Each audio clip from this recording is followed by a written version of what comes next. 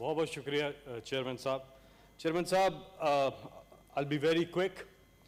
Victimisation की बात की गई और यहाँ पे हमें देखना है कि जिस दिन पाकिस्तान तहरीक इंसाफ की हुकूमत आई, प्राइम मिनिस्टर इमरान खान साहब अपना पहला खिताब जब असम्बली से कर रहे थे, अपोजिशन ने उसी वक्त शोर शराबा मचाना शुरू कर दिया, सिर्फ इसलिए कि प्राइम मिनिस्टर साहब ने अपने खिताब में बात की थी कि वो NRO नहीं देंगे।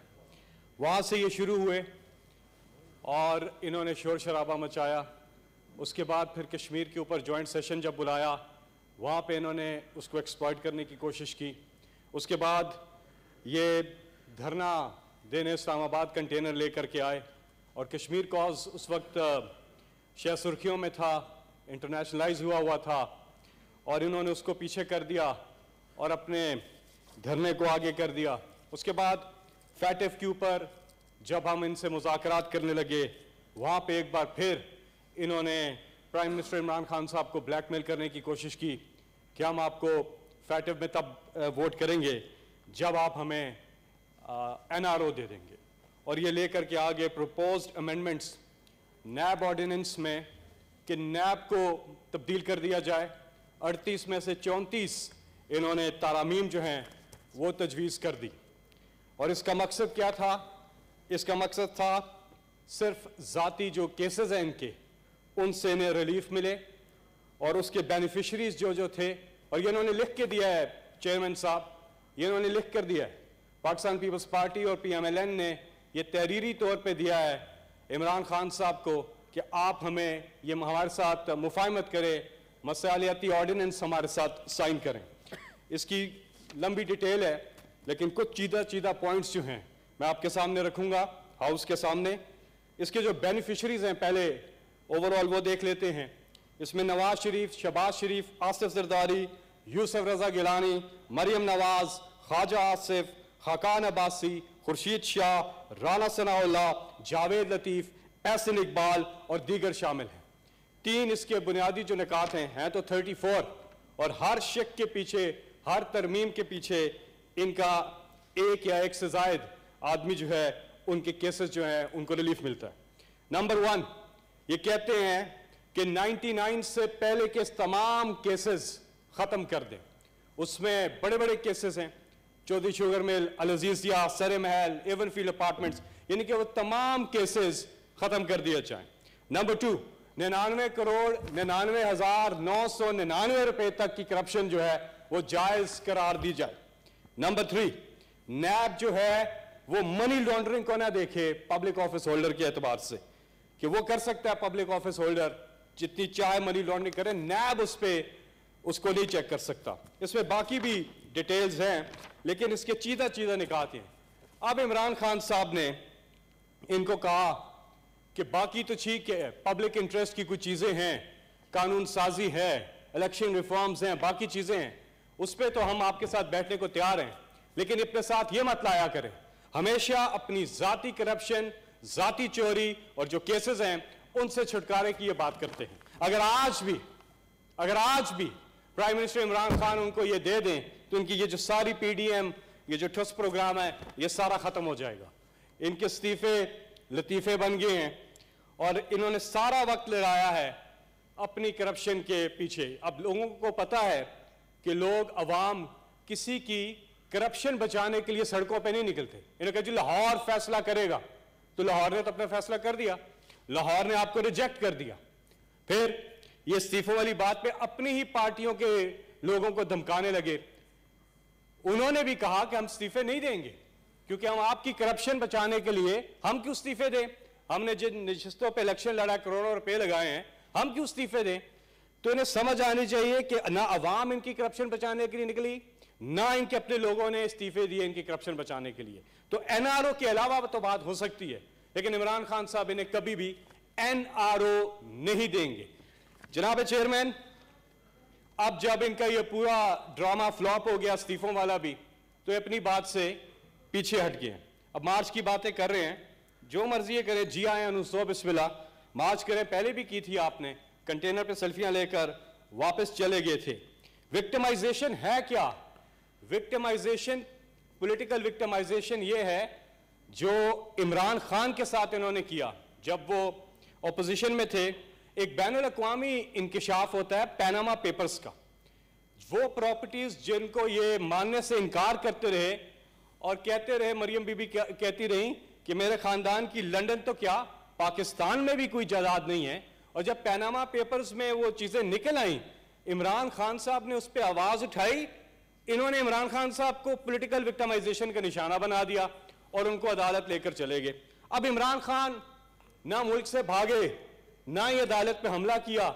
1 साल मुकदमा चलता रहा। इमरान खान साहब ने जवाब दिए। जिस तरह आज पूछे जाते हैं सवाल, आपने टेक्निकल सवालों के जवाब देने। इमरान खान साहब ने 40 साल पुराना रिकॉर्ड दिया, उस हलाल की कमाई पे जो बाहर की, और एक एक पैसा पाकिस्तान लेकर के आए बैंकिंग चैनल्स के जरिए। 60 से ज्यादा इमरान खान साहब ने दस्तावेजात दी और कोई पब्लिक ऑफिस होल्ड नहीं करते थे, फिर भी उन्होंने एक एक पाई का हिसाब दिया और अदालत से सुरखरू निकले। इन पे जो केस था, वो जो मरियम बीबी कहती है कि मेरी लंदन तो क्या पाकिस्तान में भी जायदाद नहीं है, वो असल मालिका निकल आई उन फ्लैट्स की जो दुनिया की सबसे महंगी जगह लंदन, लंदन की सबसे महंगी जगह मेफेयर, उन फ्लैट्स की वो असल मालिका बेनिफिशियल ओनर निकल आई मरियम बीबी। आज तक, आज की तारीख तक मुकदमा चलता रहा। इन्होंने एक डॉक्यूमेंट भी नहीं दिया कि वो लंदन फ्लैट्स हमारे हैं तो कैसे, एक डॉक्यूमेंट नहीं दिया। जो 2 चीजें दी, एक वो कतरी खत जाली, एक वो ट्रस्ट डीड जो थी वो बोगस निकल आई। तो कहने का मतलब यह है कि पॉलिटिकल विक्टिमाइजेशन डिफाइन कर लें कि वो होती क्या है। हमारे अपने लोग जब उन पे कोई चीज आई, उन्होंने वजारतें छोड़ी और अपने जवाब दिए, जाके इदारों पे हमला आवर नहीं हुए। हमारे वजीर हैं उसमें शामिल, उन्होंने अपनी वजारतें छोड़ी, इम्पार्शियल हुए और जाकर अपनी अपनी चीजों के उन्होंने जवाब दिए। जी जनाब चेयरमैन, बात यह है कि सियासत और ये जो सियासी इंतकाम की जो डेफिनेशन है, देखिए बहुत से अमूर के ऊपर गवर्नमेंट जो है हमेशा पहले दिन से प्राइम मिनिस्टर इमरान खान साहब तैयार हैं, डायलॉग्स के लिए तैयार हैं, लेकिन वो डायलॉग्स जो पब्लिक इंटरेस्ट की चीज़ों पे हों, पर्सन स्पेसिफिक जो ये कानून साजी करवाना चाहते हैं, उसके ऊपर मुज़ाकरात कतई नहीं हो सकते। अब एक बंद गली में फंस चुके हैं, इनकी सारी चीज़ें फ्लॉप हो चुकी हैं और उस बंद गली में, डेड एंड स्ट्रीट से निकलने का सिर्फ एक रास्ता है और वो है कंस्ट्रक्टिव ओपोजिशन, तामीरी ओपोजिशन।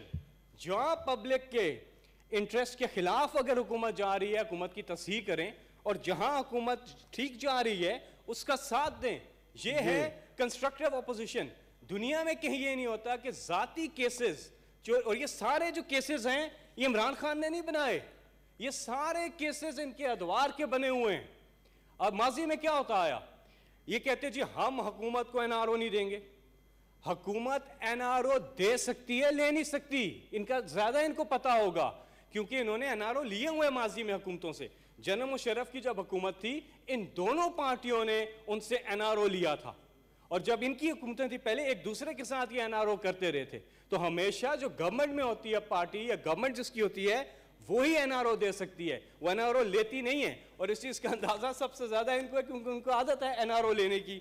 इन्होंने बहुत ज्यादा एनआरओज हुकूमतों से लिए हुए हैं। जी सर, मैं बस सिर्फ वाइंड अप कर रहा हूं। इस मुल्क का सबसे बड़ा मसला जो अभी सेनेटर वलीद इकबाल अपनी स्पीच पे कर रहे थे, कायदे आजम की उन्होंने जब बात की, तो उस वक्त 1947 में ये जो बता रहे हैं, उन्होंने कहा कि पूरी दुनिया में करप्शन एक मसला बन रहा है लेकिन बड़े सगीर में ज्यादा करप्शन है।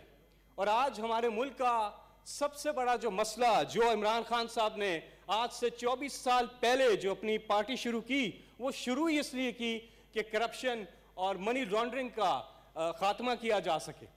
अब इसमें बहुत से पार्लियामेंटेरियंस जो कि पीएमएलएन में है, पीपल्स पार्टी में है, दीगर जमातों में है, जिन पे कोई करप्शन की एलिगेशन भी नहीं है, नीट क्लीन लोग हैं, वो खुद इस वक्त परेशान हैं कि हम चंद लोगों की, चंद इनके टॉप के 5, 6, 7, 8, 10 लोग हैं जिन पे बड़े बड़े इन्होंने जो करप्शन के केसेस हैं उनको हम बचाने के लिए ये करें।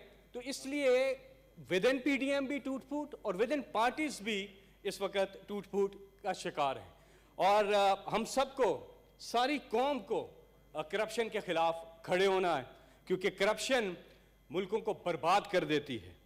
और वो शायर कहता है कि भूख फिरती है मेरे मुल्क में नंगे पाँव, भूख फिरती है मेरे मुल्क में नंगे पाँव, रिस्क जालिम की तिजोरी में छुपा बैठा है। तो जब हम एक कौम, पूरी कौम इकट्ठी नहीं होंगी, ये अवान, यहाँ पे हम अवाम के लिए आते हैं, अपनी ज़ाती करप्शन के केसेस को तहफ़्फ़ुज़ देने के लिए नहीं आते, हम यहाँ पे पब्लिक इंटरेस्ट की लेजिस्लेशन के लिए आते हैं और हमें वही करना चाहिए।